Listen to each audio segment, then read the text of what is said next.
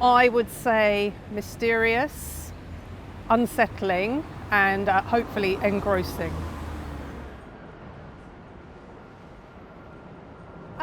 The original inspiration for the family upstairs was actually a woman I saw on my holidays in the south of France a couple of summers ago.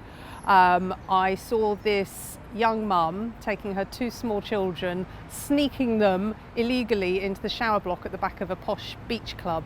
I assume purely because they'd been in the sea and she probably wanted to wash the seawater off them, but being a writer, my imagination ran away with me. And I decided that there must be a much more interesting story behind this woman sneaking into the shower block.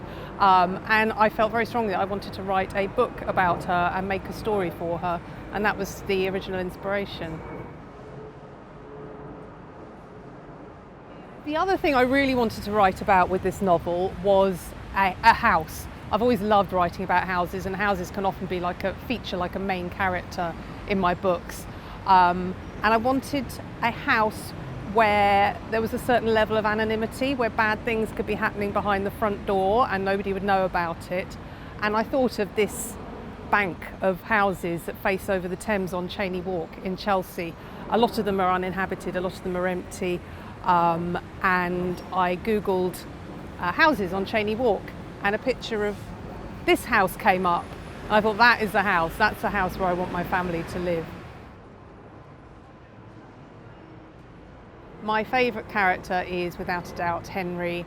I absolutely love writing about children and teenagers, and we follow Henry from a child of 9 years old to being a 16-year-old.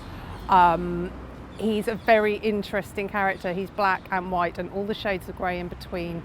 And even as a writer writing him, I was never sure whether he was good or bad, what his intentions were, whether he was damaged or twisted.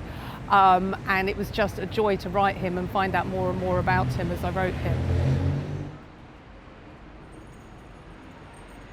I think I'd like my readers to feel all sorts of things. The three characters are all having three very different experiences.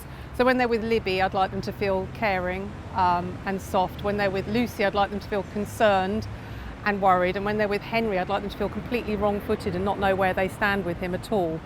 But mostly I'd really like the reader to be in an absolute fevered reading frenzy, unable to put the book down until they find out what it's all about.